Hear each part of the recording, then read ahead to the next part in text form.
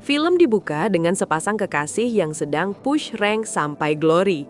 Mereka sebenarnya sudah memiliki pasangan masing-masing. Setelah selesai dan sang wanita ingin pergi dari sana, tiba-tiba seseorang muncul dan langsung mewassalam mereka berdua. Tidak lama polisi datang untuk mengetahui apa yang terjadi. Suami sang wanita dipanggil untuk melihat kondisi istrinya. Dia sangat kecewa setelah tahu sang istri ternyata mengkhianatinya. Di tempat lain ada Maren, seorang ibu rumah tangga yang suaminya bekerja sebagai dokter. Kesibukan pekerjaan membuat waktu untuk bertemu sangat terbatas. Maren memiliki seorang teman bernama Graham. Dia masih muda dan juga single. Ternyata Graham ini sudah lama suka dengan Maren. Mereka ini sering bertemu untuk sekedar mengobrol dan bercerita satu dengan yang lain.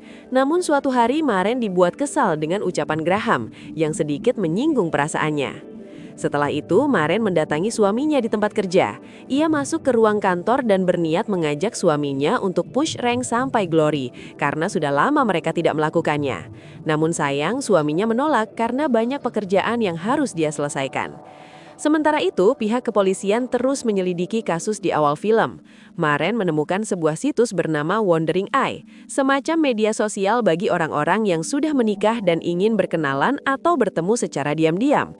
Ia pun membuat akun dengan identitas samaran. Keesokan harinya, Maren bertemu dengan seorang pria. Namun tanpa Maren sadari, diam-diam ada seseorang yang terus mengawasinya dari kejauhan. Hari-hari berlalu, keinginan Maren untuk push rank sampai glory makin membara. Namun masalahnya sang suami terlalu sibuk dan ketika pulang dia sudah kelelahan dan tidur. Sampai akhirnya dia kembali menghubungi kenalannya dari situs itu dan membuat janji temu di sebuah hotel. Pria itu bernama Lucas. Di sana mereka berniat push rank sampai glory. Namun entah mengapa Maren tiba-tiba ragu dan membatalkan niatnya. Lucas sendiri bisa menerima dan tidak memaksakan keinginannya. Pada akhirnya Maren memilih pergi dari sana dan mungkin akan bertemu lagi lain waktu. Tidak lama setelah Maren pergi, tiba-tiba ada seseorang masuk ke kamar Lucas dan langsung mewassalam Lucas. Peristiwa itu menjadi kasus misterius kedua yang harus ditangani polisi. Beberapa waktu kemudian, Maren mendengar kabar tersebut melalui radio. Ciri-cirinya sama persis dengan Lucas. Ia pun menghubungi hotel untuk memastikan nomor kamar yang ditempati Lucas. Dan benar, pria itu benar-benar Lucas.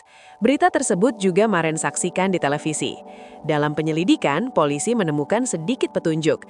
Ternyata semua korban pernah mengakses situs Wandering Eye. Polisi kemudian mendatangi kantor situs tersebut dan menanyakan apakah ada keanehan dengan para pelanggan situs tersebut.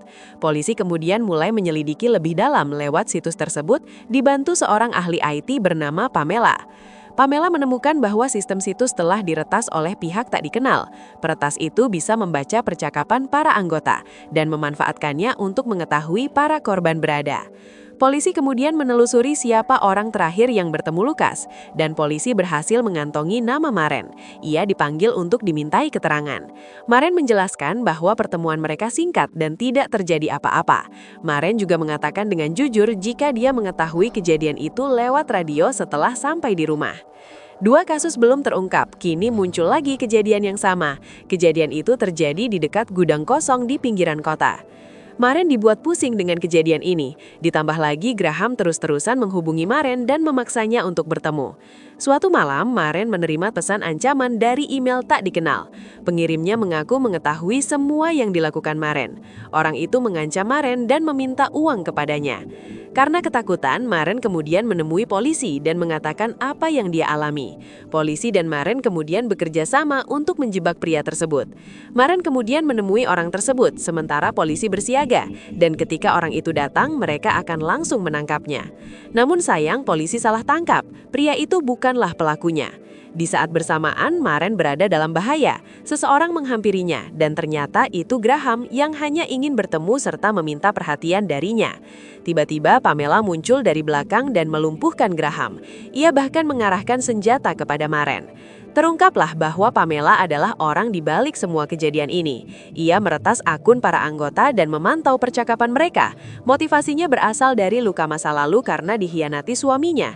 Rasa sakit itu membuatnya melampiaskan kemarahan kepada orang-orang yang berselingkuh. Polisi yang menyadari jika Maren terancam segera melacak ponselnya dan mendatangi lokasi. Beruntung Pamela bisa melarikan diri. Dan ketika polisi datang, terjadi saling serang antara Pamela dan polisi. Akhirnya Pamela berhasil dilumpuhkan dan akan mempertanggungjawabkan perbuatannya di pengadilan. Setelah semua berlalu, Maren pulang ke rumah dan disambut hangat oleh suaminya. Mereka mencoba memperbaiki hubungan, bahkan sang suami pun mengajak Maren untuk push rank sampai glory. Dan sampai akhirnya film pun selesai.